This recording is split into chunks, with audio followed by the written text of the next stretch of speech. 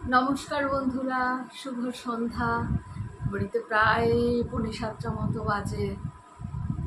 বেশ 3-4 দিন আপনাদের কাছে আসা হয়নি, কথা হয়নি, ক্যামেরা অন করতে পারিনি। আসলে শরীরটাও একটু খারাপ ছিল, তারপর কিছু কাজের চাপও ছিল, সেই জন্য আসা ওঠেনি।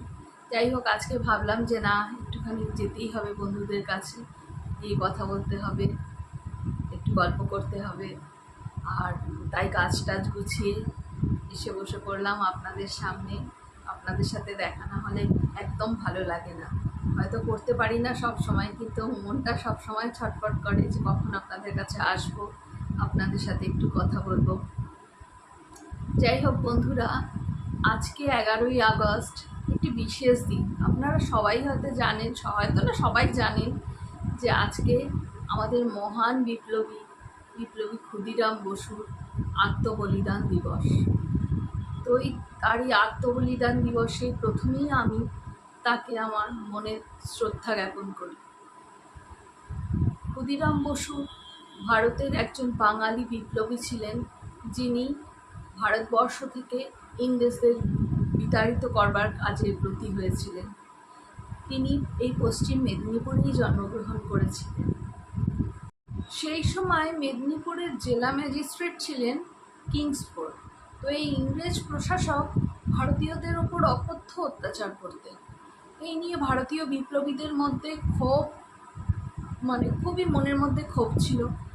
তো যাই হোক, একটি 12 বছরের ছেলে সুশীল সেনকে তিনি প্রচণ্ডভাবে প্রহার করেন।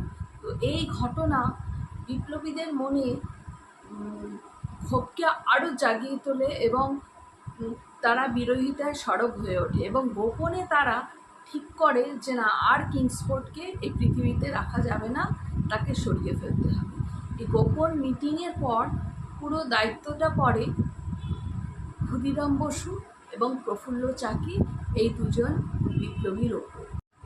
ততদিনই কিংসফোর্ড মেদিনীপুর থেকে মুজফ্ফরপুরে বদলি হয়ে গেছে। তো একদিন প্রফুল্ল চাকি ও ক্ষুদিরাম বসু কিংসফোর্টের ফিটন গাড়ি লক্ষ্য করে, মুজফ্ফরপুরে ফিটন গাড়ি লক্ষ্য করে বোমা ছোড়েন তাকে মারবার জন্য। কিন্তু দুর্ভাগ্যবশত সেই গাড়িতে সেদিন কিংসফোর্ড ছিলেন না, ছিলেন ব্যারিস্টার কেনেডির স্ত্রী এবং কন্যা। তো ফলত কিংসফোর্ড বেঁচে গেলেও এই দুজন নারী প্রাণ যায় এবং ব্রিটিশদের মধ্যে এই নিয়ে শোরগোল পড়ে যায়। ব্রিটিশরা এটা বুঝতে পারে যে বিপ্লবীদেরই এইসব কর্মকাণ্ড, এবং তল্লাশি শুরু হয়। এবং তল্লাশির পর এই প্রফুল্ল চাকি এবং ক্ষুদিরাম বসু তারা কিন্তু ধরা পড়ে যান। ব্রিটিশরা, ইংরেজরা চারদিক থেকে তাদের ঘিরে ফেলে। ঘিরে যখন ফেলেন তখন প্রফুল্ল চাকি সেই সময় আত্মহত্যা করে ফেলেন, ইংরেজদের হাতে ধরা দেবেন না বলে সেখানেই আত্মহরণ করে নেন। কিন্তু ক্ষুদিরাম বসু তাদের হাতে, ইংরেজদের হাতে ধরা পড়ে যান এবং বিচারে ক্ষুদিরাম বসু ফাঁসির আদেশ হয়। এই ফাঁসির দিন ধার্য হয় 11ই আগস্ট 1908। তো অর্থাৎ আজকের দিন। তো ক্ষুদিরাম বসু নির্ভীক চিত্তে হাসতে হাসতে আত্মবলিদান দেন। তার এই আত্মবলিদান ভারতীয় তরুণ সমাজে এক উজ্জ্বল দৃষ্টান্ত স্থাপন করেছে। বাংলার সাহিত্যে, গল্পে, কবিতায় ক্ষুদিরাম বসু স্থান করে নিয়েছে এবং ভারতীয় জাতীয় সংগ্রাম এক নতুন পথের সন্ধান পেয়েছিল এই ক্ষুদিরাম বসুর আত্মবলিদানের পরে।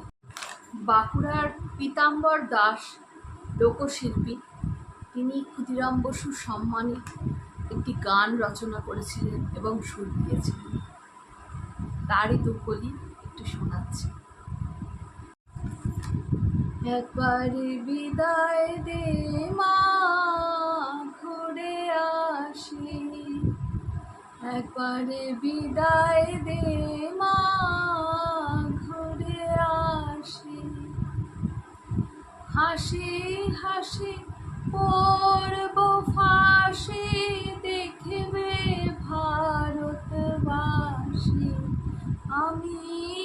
হাসি হাসি পড়ব ফাঁসি দেখবে ভারতবাসী, একবার বিদায় দে মা, ঘুরে আসি। এই গানে যেন তিনি তার মায়ের কাছে আজ্ঞা চাইছেন চিরবিদায়ের। কিন্তু শহীদদের, বিপ্লবীদের তো মৃত্যু হয় না, তারা অমরত্ব লাভ করে। তারা আমাদের মনে অমর, তারা আমাদের স্বাধীনতায় অমর। তাই ক্ষুদিরাম বসুকে আরেকবার আমার শ্রদ্ধা জ্ঞাপন করে আজকের মতো এখানে আমি আসি।